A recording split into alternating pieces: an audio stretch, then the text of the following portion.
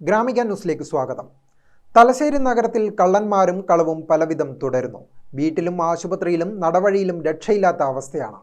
നഗരത്തിന്റെ വിവിധ ഭാഗങ്ങളിൽ പകലും രാത്രിയും എന്നില്ലാതെ കള്ളന്മാരും കളവും പലവിധത്തിൽ അരങ്ങേറുകയാണ്.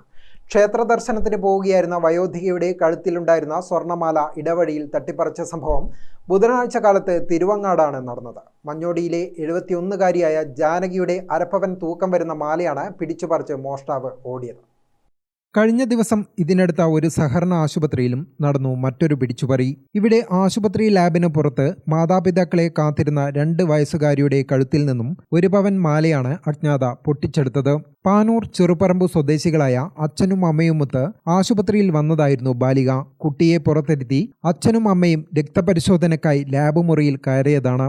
അല്പസമയത്തിനകം പുറത്തുനിന്നും മകളുടെ കരച്ചിൽ കേട്ട് അമ്മ കതക് തുറന്ന് നോക്കിയപ്പോഴാണ് ഭയന്ന് കരയുന്ന മകളെ കണ്ടത്. കുട്ടിയുടെ കഴുത്തിലെ സ്വർണ്ണമാലയുമായി മോഷ്ടാവ് ഇതിനകം സ്ഥലം വിട്ടിരുന്നു.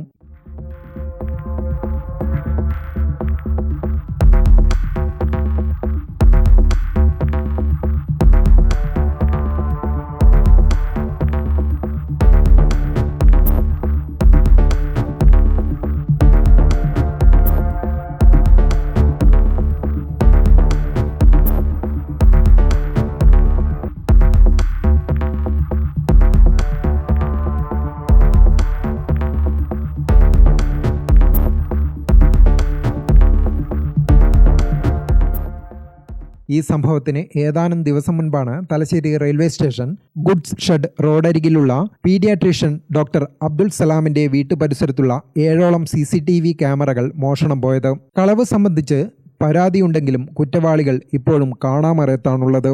ഈ സംഭവങ്ങൾ നടന്നതിന് മാസങ്ങൾക്ക് മുൻപെയാണ് Kuyyali, goods shed road, Seethi Sahib road, Chirakkara KTP മുക്ക്, മഞ്ഞോടി, കണ്ണിച്ചിറ ഭാഗങ്ങളിൽ പള്ളികളിലും വീടുകളിലും വ്യാപക മോഷണവും വീട്ടുകാരെ ബന്ദിയാക്കി കവർച്ചയും നടന്നത്.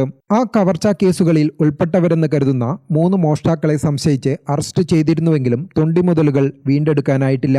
പോലീസിന് മോഷണ കേസുകളിലെ മുഴുവൻ പ്രതികളെയും പിടികൂടാനുമായിട്ടില്ല. ഇതിനിടയിലാണ് കളവും പിടിച്ചുപറികളും ആവർത്തിക്കുന്നത്. ഗ്രാമിക ന്യൂസ്, തലശ്ശേരി.